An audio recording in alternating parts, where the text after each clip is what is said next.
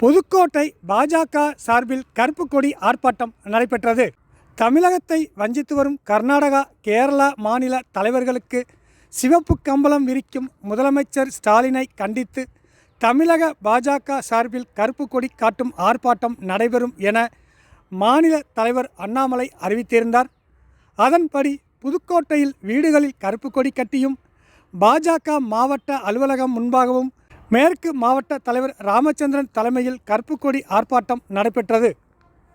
மேலும் தேசிய பொதுக்குழு உறுப்பினர் புரட்சி கவிதாசன், மாவட்ட பார்வையாளர் பல செல்வம், மாவட்ட பொருளாளர் முருகானந்தம், வர்த்தக பிரிவு தலைவர் பிரசாந்த், ஓபிசி அணி பாண்டியராஜன் மற்றும் நகர நிர்வாகிகள் கலந்து கொண்டு கருப்பு கொடியை கையில் ஏந்தியவாறு தமிழக அரசுக்கு எதிராக கண்டன முழக்கம் எழுப்பப்பட்டது.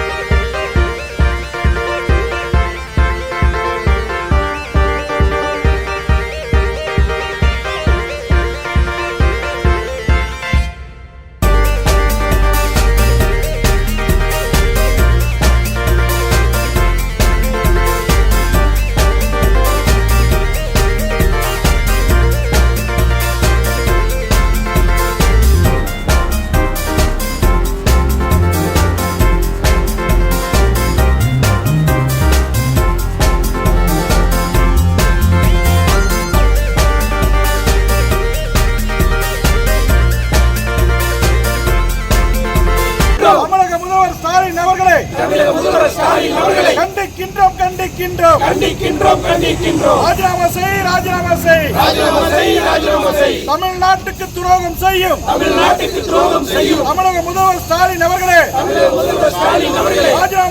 ராஜினாமா செய்.